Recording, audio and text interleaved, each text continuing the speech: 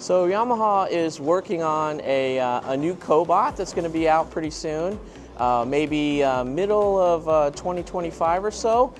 This is kind of what the Cobot looks like. It's going to be a 10 kilogram Cobot, and some interesting things that I would like to talk about on this is look at the size of this controller down here. So the little white box down there is the Cobot controller box there.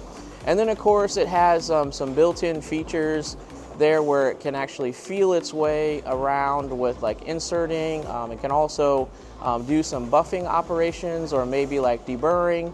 It has the ability, it has those things that are going to be built in. And one of the neatest things I think that's going to be kind of a trend for Cobots is this particular Cobot is 48 volts DC.